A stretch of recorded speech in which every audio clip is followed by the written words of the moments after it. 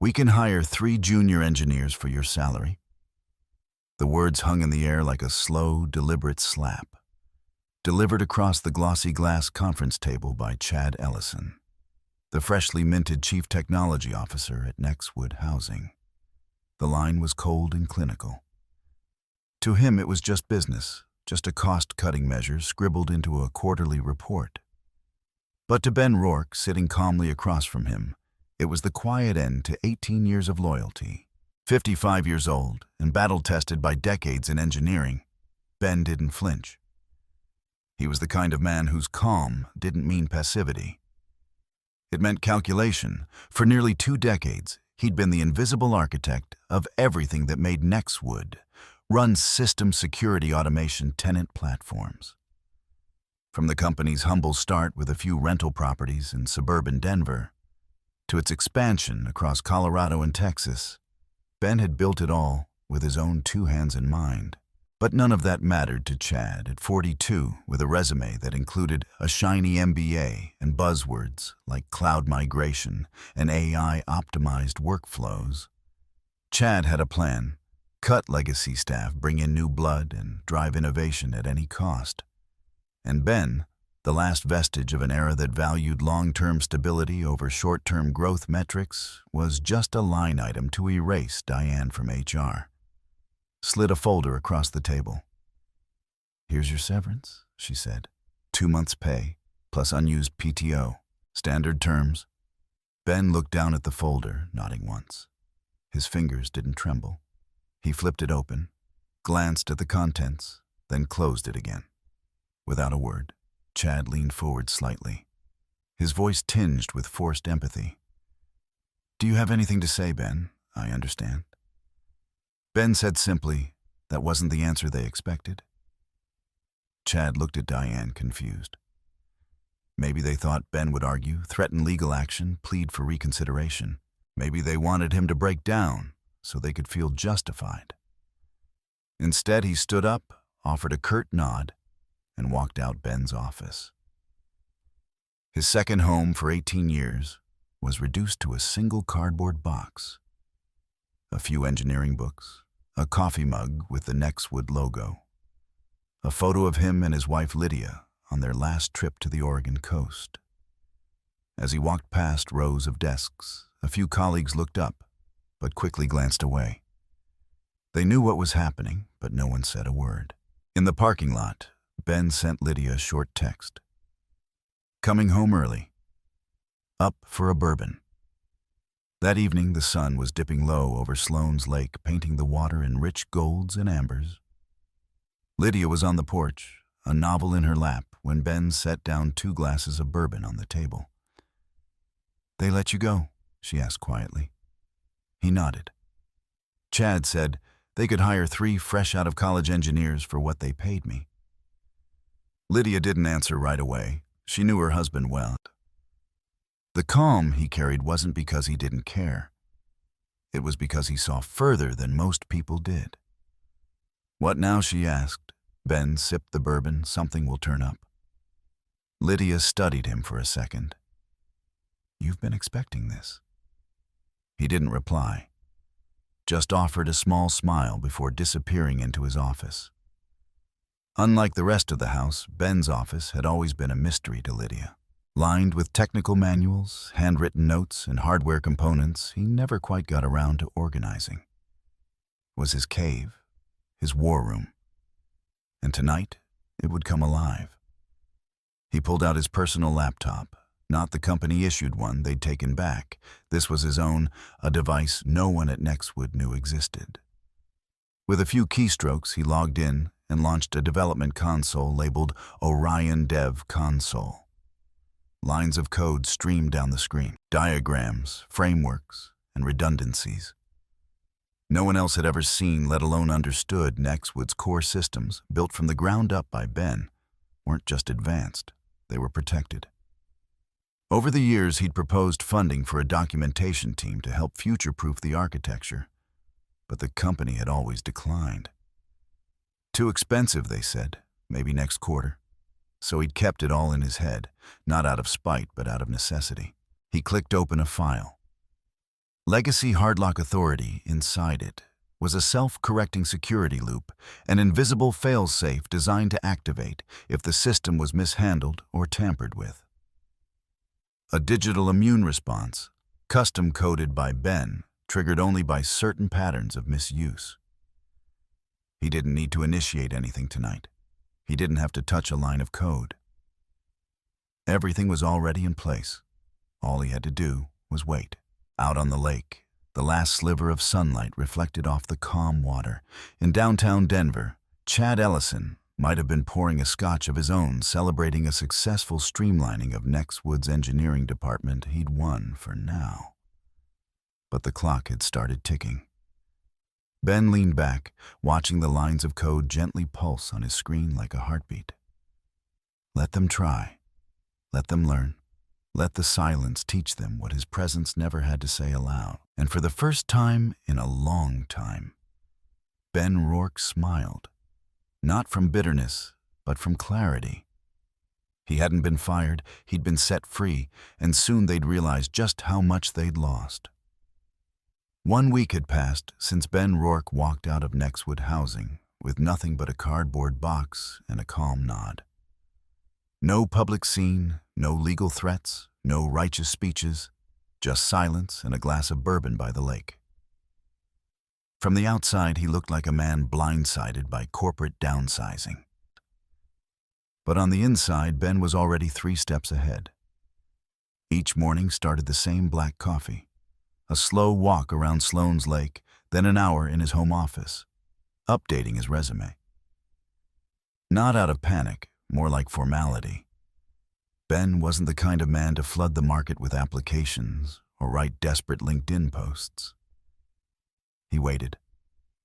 And like he expected, it didn't take long. By day 3, messages started trickling in from former coworkers. Alan, the database guy, was first. Hey Vic, any chance you can explain this weird queue behavior in the maintenance module? Our new guys can't figure out what triggers the priority flags. Ben didn't respond. He read it, sipped his coffee, then closed the thread. On day 5, the messages turned into full-on cries for help. Victor, tenant payments are double processing and bouncing. The support line is flooded. Chad is flipping out. Please help us out. That one came from Diane. She even added a nervous emoji. Ben said nothing. He sat at his desk with the lake wind brushing against the curtains and opened a different window. A map of Nextwood's server architecture. Public-facing modules were lit up with red flags. The payment gateways showed latency spikes. The maintenance scheduler was timing out. The tenant portal. Offline, he clicked once to refresh the system health dashboard. More errors. This was expected. What Chad and the new engineers failed to grasp was simple. Ben hadn't built a system. He'd built an ecosystem. Each service, each module was not just code. It was a living part of a fragile balance. Redundancies, checks, and fallbacks had to work in harmony. That kind of complexity needed understanding. Not replacement, without documentation, without the architect. It was like taking apart a clock with a hammer. By Saturday, Elaine had started noticing the uptick in buzz. You gonna answer any of those messages? She asked as she placed a steaming bowl of oatmeal on his desk. Ben looked up from his laptop and smiled. Not yet. You're not enjoying this, are you? He paused. Enjoy, no, but I find it clarifying. She nodded, not needing more. Elaine had always understood the quiet storms inside her husband. When others saw detachment, she saw focus. That evening, as the sunset painted the lake in deep blues and golds, Ben received the first call that mattered. It wasn't from Nextwood. It was from someone who understood his value. Mr. Rourke, this is Morgan Harper, CTO at Cinera Living. We've followed your work at Nextwood for years. When we heard about your departure, I wanted to reach out directly. Ben didn't interrupt. He let her continue. We're scaling aggressively. Right now we're working with a patchwork of outdated systems. I'd love to talk about what you built and how you might help us do it better. Can we meet? Ben replied with the same calm cadence he used in boardrooms and debugging sessions. Sure, let's set something up. He ended the call and looked at Elaine, who raised an eyebrow. That the sound of opportunity? Sounds like someone knows how to make a phone call without groveling. They both chuckled. But back at Nextwood, things were far from funny. Chad was unraveling. His 3 junior engineers hired to replace a legacy expert were now buried in a system they couldn't navigate. Every attempt to rewrite or patch only made things worse. Clients were calling. Tenants were angry. The board was growing restless. On Monday morning, a black SUV pulled up in front of Ben's house. Elaine spotted it from the kitchen. "You expecting company?" Ben set down his mug. "Nope." A moment later, the doorbell rang. Ben answered it slowly. Standing outside was Chad Ellison, the same man who told him, "Nothing personal," just 8 days ago. Only now his designer suit was wrinkled, his hair uncombed, and the confident smirk was gone. "Ben, Chad, I know this is a bit awkward. I wouldn't be here if it wasn't urgent. Can I come in?" Ben stayed in the doorway. "What can I do for you, Chad?" "The system is down. Completely payments, tenant messaging. Even the maintenance ticketing tool, we've tried everything. The consultants say the code is untraceable. We need your help." Ben didn't blink. "You had 3 engineers for my salary." Chad shifted, shame flickering in his eyes. "I know we made a mistake. Look, I'm authorized to offer you anything you want. Name your price, just help us stabilize this." For a long moment, Ben said nothing. Then he stepped forward slightly enough for Chad to hope. "Sorry, Chad," he said softly. "I have an interview tomorrow." Then he closed the door. Back inside, Elaine looked up from the kitchen island. "So?" Ben shrugged. "He named his price last week. I'm just collecting interest." She smiled. "Where's the interview?" "Sonera." Elaine nodded. "They sound smart." Ben poured a fresh bourbon. The screen behind him flickered with error logs from Nextwood's core infrastructure. Red, red, red. Let it burn, he thought. Tomorrow something better begin. Ben sat across from Harper Lynn in a quiet corner of Firefly Roasters, a warm wood-paneled coffee shop nestled on the edge of Denver's historic Five Points district. Outside, the spring breeze swept through budding trees. But inside, the air hummed with something sharper.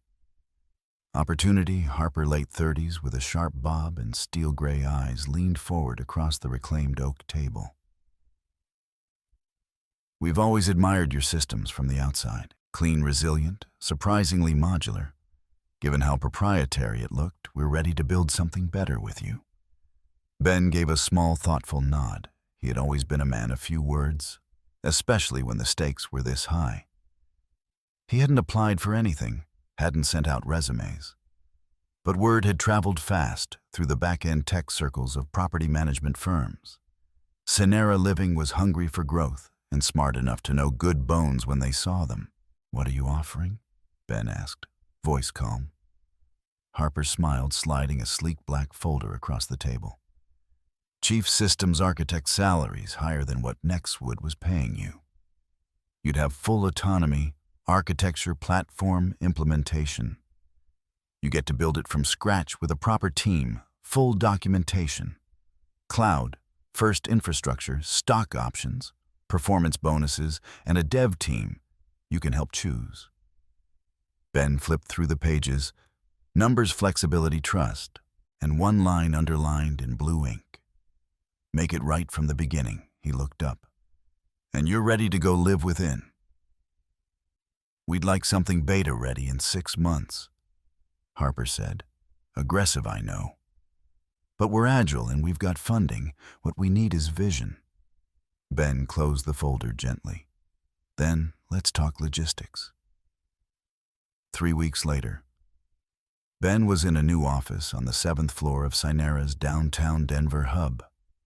Sunlight poured in through massive windows. His name, not a number, sat on a placard outside the glass door. Inside, two familiar faces stood at whiteboards arguing over table schema. No, I'm telling you, if we decouple the tenant interface from the payments logic, we reduce our risk if one module fails. But then we'll need API calls that can handle async loads. Ben grinned. It was like old times, David. A brilliant but underutilized front-end engineer from Betrayal, back-end genius and security obsessive. Both had called Ben within days of hearing he was building something new. Together they mapped out the spine of Synera's future, a flexible microservice-based system that could scale across states and avoid every brittle shortcut that had doomed Veltria's legacy architecture. Still, the past had a way of clawing back. On a Thursday morning, just as Ben was reviewing Synera's new data pipeline, his phone buzzed with a text from Alan Veltria's former database administrator. Systems in full meltdown. Chad's team lost 3 months of payment records. Customer support lines are crashing. They're panicking. Ben didn't reply. He didn't need to. The silence was answer enough. That afternoon, Chad fired his first shot, an email forwarded from Harper marked urgent, a letter from Veltria's legal team hinting at intellectual property infringement. Language danced around phrases like proprietary architecture and potential violation of employment agreements. Harper met Ben in the conference room, holding the printout between 2 fingers like it was radioactive. You expecting this? Ben exhaled slowly. Eventually. Any risk, they're right. I built Veltria's system under their name. I left every line of code behind. We're building something new here with different tools, different structure. All I brought with me was the experience. Harper folded her arms. Then we keep building. Let legal handle the noise. Ben nodded, but the warning was clear. Chad wasn't just desperate, he was retaliating. A week later, Alan showed up at Synera's office. He looked like he hadn't slept in days. You said if I ever had proof to bring it straight to you. Ben motioned him in a private meeting room. Alan opened his laptop and pulled up a folder of emails, screenshots, forwarded messages, internal threads from Veltria's executive Slack. At the center, Chad.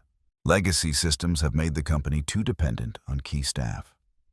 Simplifying architecture will streamline operations and improve optics for acquisition. Target, remove high-salary engineers within Q2, especially Rourke. Sellable by end of fiscal year if tech overhead is reduced by 30%. Ben read in silence, feeling a heat grow behind his ribs. Elaine had warned him. They hadn't fired him for performance. They fired him to unhook their dependencies and dress the company up for sale. But the plan had backfired. The system had collapsed, and the acquisition. Alan confirmed, froze last week. Investor group backed out. Too much risk. So what now? Ben asked quietly. Alan leaned forward. If Synera moves fast and if you build something scalable, you could replace them. Or better yet, you could buy them. Ben's brow lifted. It wasn't hubris, it was strategy. He walked down the hall to Harper's office, Alan in tow. She looked up from her laptop. Ben placed the flash drive on her desk. Veltria tried to gut us to make themselves look profitable. Now they're on the edge. We've got talent, capital, and tech. If we move fast, we might not just compete with Veltria. We might buy them. Harper's eyes lit up with a glint Ben hadn't seen before. She stood slowly and extended a hand. Then we better build something big enough to swallow them whole. Ben sat in his home office one crisp morning when the email came through. The subject line was brief, almost sterile in tone. RFP Immediate Transition Inquiry. But the name that caught his eye, Westbrook Properties. He clicked, Mr. Rourke, we are terminating our service agreement with Veltria Housing effective immediately. We have followed your recent work at Synera with interest. Would Synera have capacity to take over the management infrastructure for our 10,000-unit portfolio within the next 90 days? Ben read the email twice. Then again, the corner of his mouth turned upward, not in triumph, but in the sober acknowledgement of a shift long in motion. Downstairs, Harper Lynn was already setting up for the morning's leadership meeting. They'd hit 70% development completion on the new infrastructure. What remained was ambitious, but feasible. The team Alan, Sarah Miguel, and 3 others from Ben's old crew had worked relentlessly. Code bases were maturing modules being load tested, and the documentation protocols Ben insisted on were finally being appreciated by the devs. Ben entered the conference room and tossed his tablet onto the table. "Westbrook just pulled the plug on Veltria," he said without ceremony. "They're coming to us." Harper blinked. "All 10,000 units." Ben nodded. "They want to migrate everything in 90 days. Sarah swiveled in her chair, eyes wide. "That's double what we're managing now. We'd need to scale infrastructure, cloud services, support staff, but we can do it," Ben replied. Harper leaned back, arms crossed. "And if we fail?" "We won't not. If we roll out by a region, start small, transfer. Westbrook's Western Division, first test.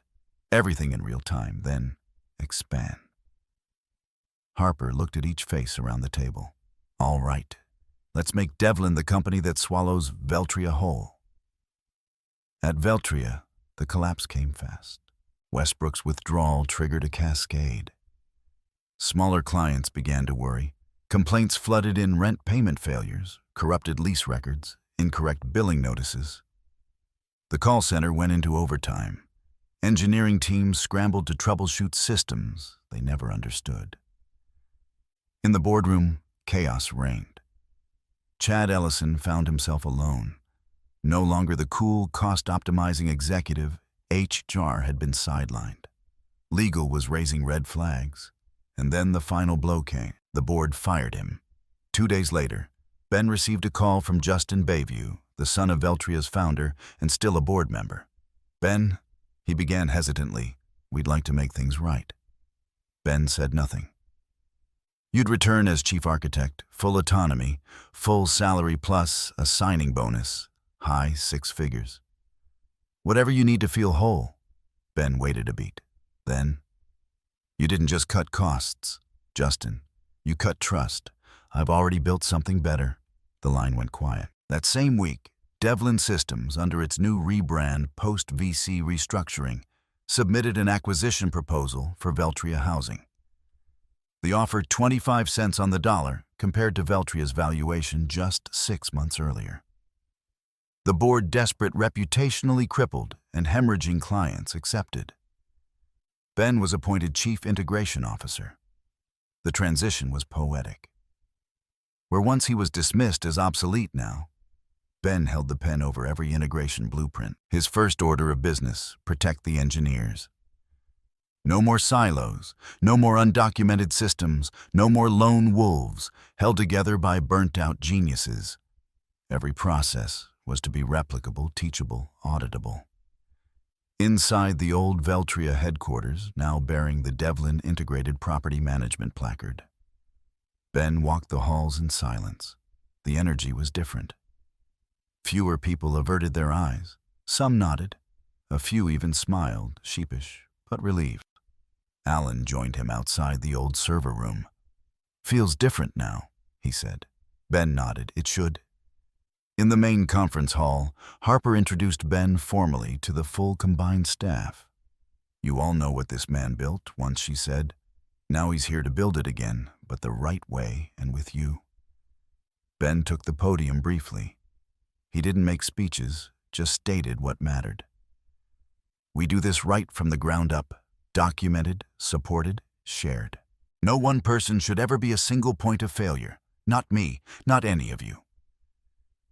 Later, as he walked past what had once been the Veltria logo, a quiet voice from behind said, "Should have listened to you from the start." Ben turned slightly, recognized the young engineer, Derek, from 2 years ago. the one who once sat silent in meetings while Chad spoke over. Ben gave a small nod, no bitterness in his voice. It's not about being right. It's about building something that lasts. In his hand was the schematic of Devlin's new hybrid platform, resilient, transparent, collaborative, a system that couldn't be easily gutted by budget cuts or executive arrogance. He walked on blueprints in hand, past the fallen name of a company that once thought he was replaceable. 1 year had passed since Ben Rourke walked out of Nextwood Housing with nothing but a cardboard box and a calm nod. 12 months since a man with a tie too tight and a mind too shallow told him he was too expensive. And now Ben stood beneath a new sign, Devlin Integrated Property Management. The letters gleamed silver against the Colorado sun, mounted over the same steel-framed building that once bore the name Betrayal Housing. The walls were the same, but inside everything had changed. Ben wasn't back to settle scores. He wasn't here for vindication or even recognition. He had returned for something far more powerful: legacy. What he had once quietly constructed in isolation, he was now building out in the open. Not as a lone architect, but as a mentor. Devlin had grown fast since the acquisition, absorbing Veltria's operations clients and infrastructure. But what they truly gained was Ben's system, now upgraded. Modular document, not a tangled nest of code known only to one man, but a living, breathing framework that could scale across states, across teams, across generations. The transformation wasn't just technical. Devlin's culture had shifted where Veltria prized cost efficiency and quarterly targets. Devlin invested in people, training integrity, and at the heart of that shift was the newly formed Devlin Technical Academy. A small but ambitious internal institution with one mission: never repeat the mistakes of the past. Ben had been asked to lead it, not just to teach code, but to instill philosophy that systems weren't just built to run, but to endure. That no engineer was irreplaceable, but the care they put into their work could become institutional if captured and passed on. Each week, Ben taught a class of hand-picked young engineers, documentation protocols, layered architecture, security through simplicity. But more than that, he taught ethics patterns of failure and the invisible human thread that ran through every reliable system. And then during the second cohort, he noticed a familiar name on the attendance list: Matthew Vickers. The surname pulled at a nerve he thought long dormant. Vickers, as in Chad Vickers, as in the man who sat across from him a year ago and cut him loose with a spreadsheet and a smirk. Matt was 24, quiet, observant, with a notebook that filled faster than anyone else's.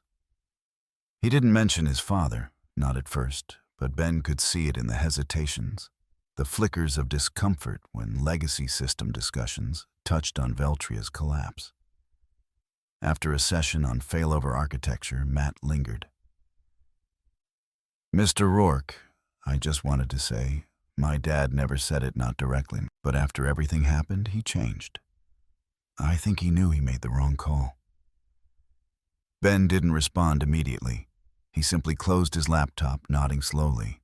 "Sometimes," he said, "we don't get to control what others learn from our mistakes. But we do get to decide what we do with the lessons ourselves." Matt nodded, eyes down.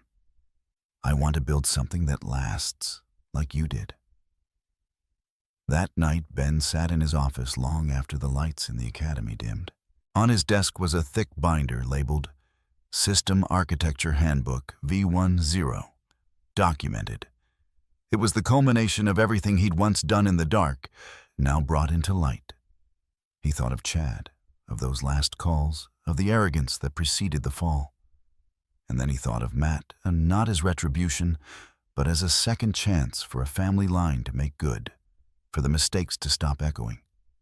The next day, Ben announced he would be stepping back, not quitting, just shifting into a part-time advisory role. Alan, now head of engineering, would take over the day-to-day leadership of the academy and development teams. When Ben handed him the binder, Alan raised an eyebrow. You sure you want to give this up? Ben smiled. No one builds forever, but what we build can. Alan flipped through the pages, visibly impressed. This is cleaner than anything I saw at MIT. Ben chuckled. Real clarity comes from chaos. I just had more of it than most.